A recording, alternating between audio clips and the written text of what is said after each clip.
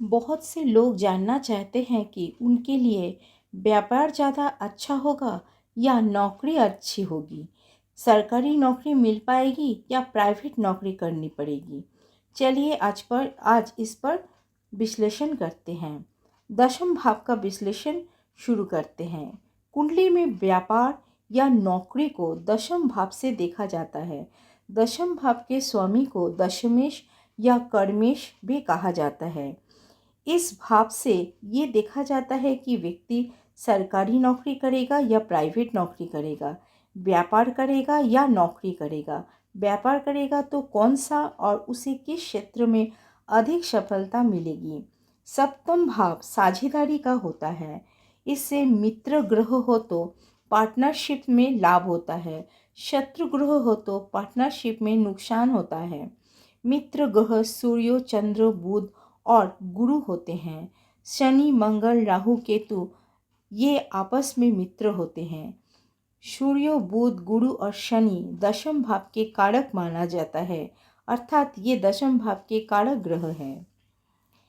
ऐसा भी कहा जाता है कि मन का स्वामी चंद्र जिस राशि में हो उस राशि के स्वामी ग्रह की प्रकृति के आधार पर या चंद्र से उसकी जुति अथवा दृष्टि संबंध के आधार पर यदि कोई व्यक्ति अपनी आजीविका अथवा कार्यों का चयन करता है तो ये अच्छा होता है। बलवान चंद्र से दशम भाव में गुरु हो तो गजकेसरी नामक योग बनता है, किंतु गुरु कर्क या धनु राशि में होना चाहिए। ऐसा जातक यशस्वी, परोपकारी, धर्मात्मा, मेधावी, गुणवान और राजपूज्य होते हैं।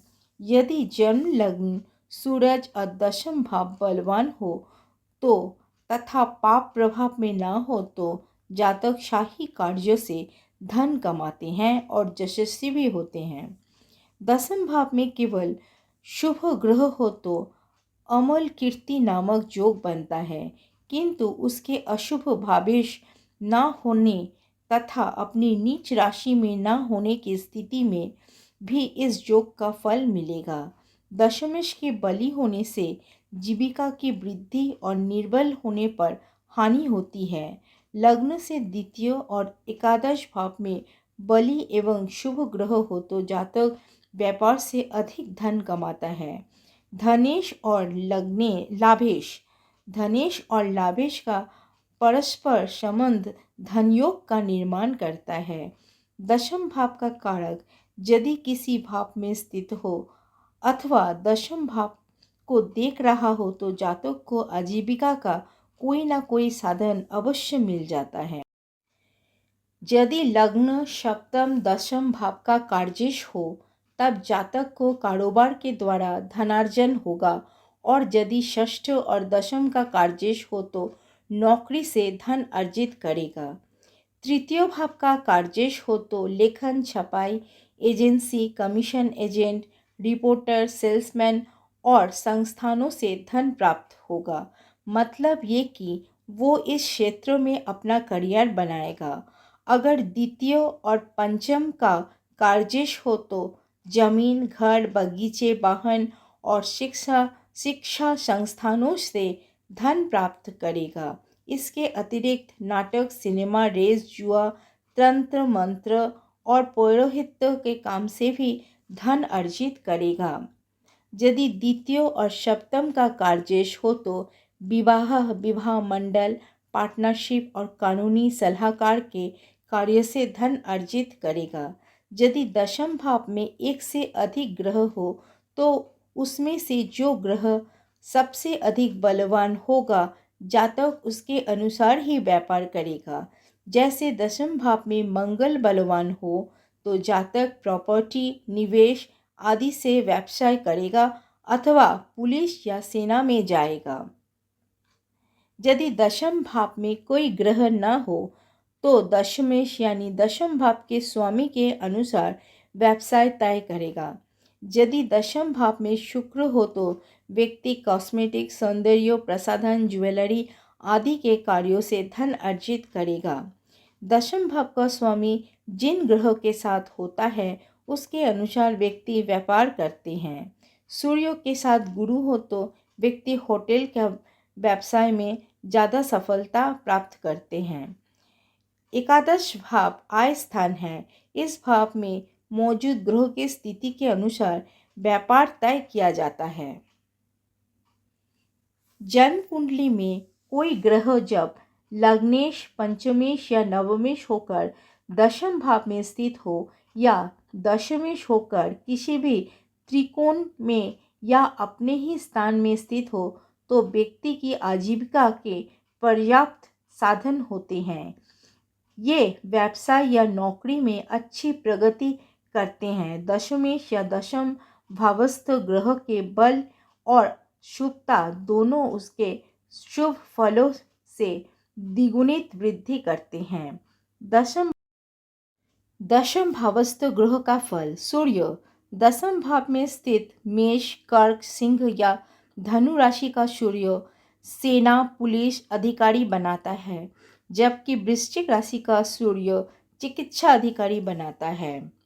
चंद्र इस भाव में चंद्र शुभ चंद्र बली होकर बैठा हो तो जातक को दैनिक उपयोग में आने वाली वस्तुओं का व्यापार करना चाहिए, इससे लाभ प्राप्त करेंगे। लेकिन यदि मंगल या शनि की जुति हो तो असफलता मिलेगी। मंगल मेष, सिंह, वृश्चिक या धनु राशि का मंगल जातक को चिकित्सक और सर्जन बनाता है, लेकिन यदि मंगल का सूर्य से संबंध हो तो व्यक्ति सुनार या लोहार का काम भी करते हैं। बुध लग्नेश, द्वितीयेश, पंचमेश, नवमेश या दशमेश होकर कन्या या सिंह राशि का बुध हो तो गुरु से दृष्ट हो या युक्त हो तो व्यक्ति शिक्षा से क्षेत्र में अच्छी सफलता प्राप्त करते हैं। वो प्रोफेसर, लेक्चरर बन सकते हैं। हालांकि बुध के प्रभाव से जातक बैंक कर्मी और बैंक से संबंधित काम भी करते हैं, लेकिन यदि बुध शुक्र के साथ या शुक्र की राशि में हो तो जातक फिल्म या विज्ञापन से संबंधित व्यवसाय भी करते हैं। बृहस्पति का संबंध नवम भाव से होता है, लेकिन यदि वो दशम भाव में स्थित हो तो वो नीच का माना जाता है।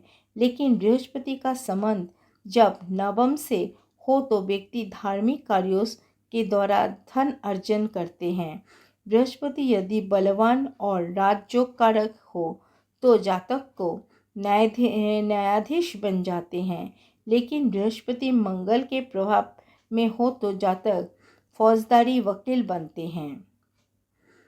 शुक्र दशम भाव में स्थित शुक्र जातक को सौंदर्य प्रसाधन सामग्री, फैंसी वस्तु आदि के निर्माण या विक्रेता बनाता है। शुक्र का संबंध द्वितीयेश, पंचमेश या बुध से हो तो जातक गायन और वादन के क्षेत्र में सफलता प्राप्त करते हैं। शनि यदि अभी हम जानते हैं शनि के बारे में। शनि यदि दशम भाव में बलवान हो, शनि का मंगल से संबंध हो तो जातक इलेक्ट्रॉनिक्स सामानों के बिजनेस में अच्छे फल लाभ करते हैं। यदि बुध से संबंध हो तो मैकेनिकल इंजीनियरिंग बनते हैं। शनि का संबंध यदि चतुर्थ भाव या चतुर्थ से हो तो जातक तेल, कोयला, लोहा आदि का व्यापार से धन अर्जित करते हैं। लेकिन यदि शनि का राहु से संबंध हो तो व्यक्ति चमड़े, रबड़ आदि का व्यवसाय करते हैं। राहु यदि मिथुन राशि में हो और मिथुन राशि में होकर दशम भाव में स्थित हो तो जातक राजनीति, सेना, पुलिस या रेलवे के क्षेत्र में अच्छा सफलता प्राप्त करते हैं। केतु दशम भाव का केतु धनु या मीन राशि में हो तो जातक व्यापार में सफलता प्राप्त करते हैं, खूब धन और यश कमाते हैं। शुक्र ग्रह के साथ ना हो या शुक्र ग्रह से दृष्ट ना हो तो ज़्यादा धन की प्राप्ति होती है।